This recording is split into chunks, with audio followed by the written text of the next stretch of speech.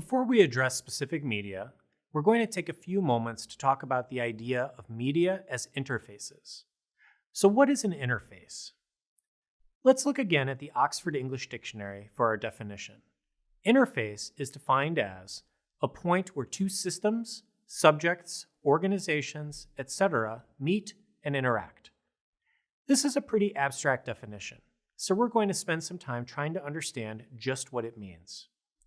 For our purposes, we can think about an interface as a thing a person interacts with to facilitate communication.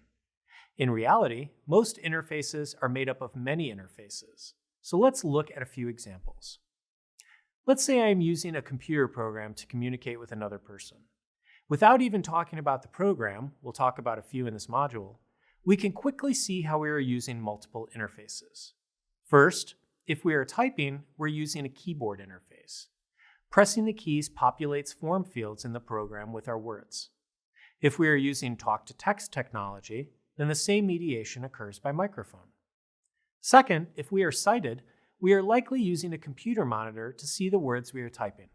If we are hearing impaired, we may be using technology to speak our words back to us. So the keyboard and the feedback technologies are going to shape how we compose our message. For example, my keyboard is laid out in a very specific way. It's not a simple sequential English alphabet. Instead, the fingers of my hands rest above specific keys that have been laid out in a specific way. Since I have trained on how to use this format for typing, I can type incredibly fast.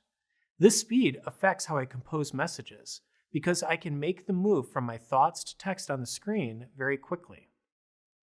In this case, the interface and my literacies related to it help me to be more efficient in my communication. But they may just as easily slow down another person unfamiliar with the keyboard layout. Interfaces are going to be a part of any media within which we communicate. As we explore specific media in this module, we'll pay close attention to interfaces and how they shape what is possible in our communications.